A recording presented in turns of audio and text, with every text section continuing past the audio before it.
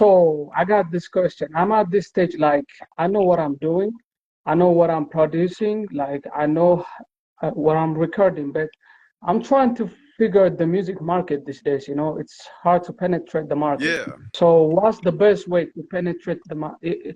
Should I use TikTok or should I use social media as the major platform? What do you suggest? So basically, you're asking the question that everybody wants to know. How do I penetrate the market? How do I get my stuff out there? How do I get myself known?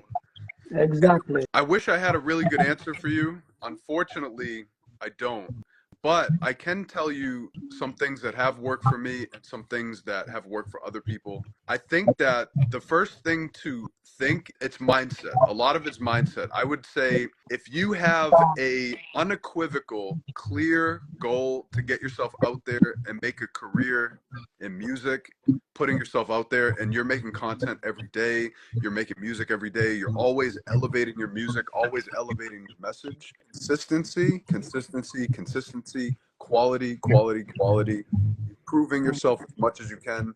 But I cannot give you any one-stop shop or guarantee. There is no guarantee. And the way that I did it or the way that somebody else did it is not going to be the way that you do it, because it's so unique to everybody. In terms of platform, it's really about what you resonate with, because if you choose TikTok, for example, you're going to have to Yeah. commit to that format. So deciding you're going to do TikTok and keep it going with TikTok, there's going to have to be a consistency, posting regularly and that sort of thing. So If I'm posting TikTok daily, so I might lose some time to produce music. yeah, trust me, I understand that too, man. I mean, the content game, if I have a criticism of it, it's when you're focused on content, that's time away from making music. And so that's why you have to find a balance. And I know some producers and artists are kind of a slave to the algorithm. So one thing I always say is don't be a slave to the algorithm.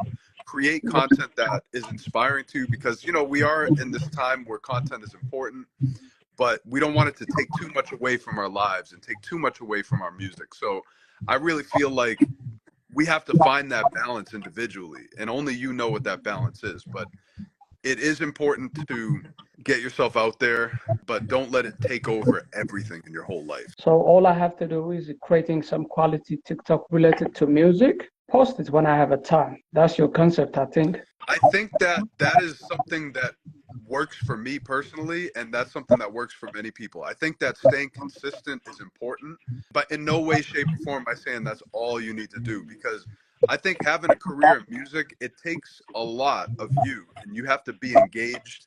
You have to stay with it.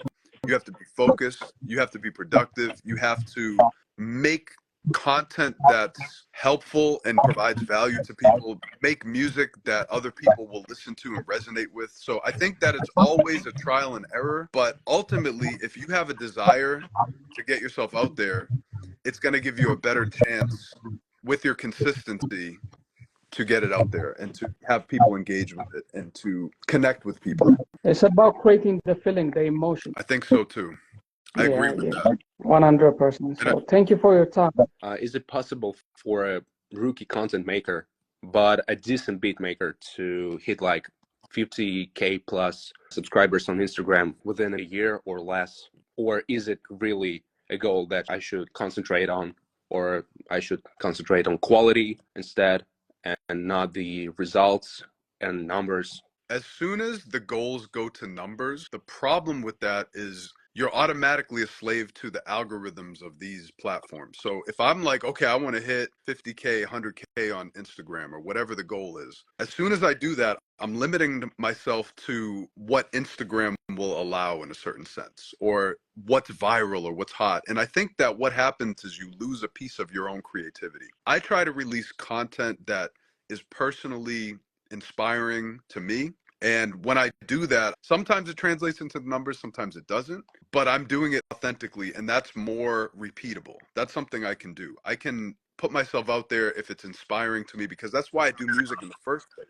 I started listening to music because as a young kid, I liked it. I liked the way it made me feel. I wasn't doing it to try to achieve some sort of status. So I feel like when you're over focused on status, over focused on numbers and algorithms, it can take away from the creativity. With that said, it's okay to want to have good numbers, but I recommend trying to do it in a way that's organic, in a way that is satisfying to you and what you want to express creatively. When you have a goal or you have a vision for what you want your future to be, if you think about it and feel what it would feel like and think about why you want it and feel the feelings of what that would feel like, it tends to draw it to you. So I tell everyone, we're powerful. The thoughts you think and how you want your career to go, the more you think about it and visualize it and feel the feeling of it, the more that will tend to happen. You'll set up situations subconsciously so these things are drawn to you.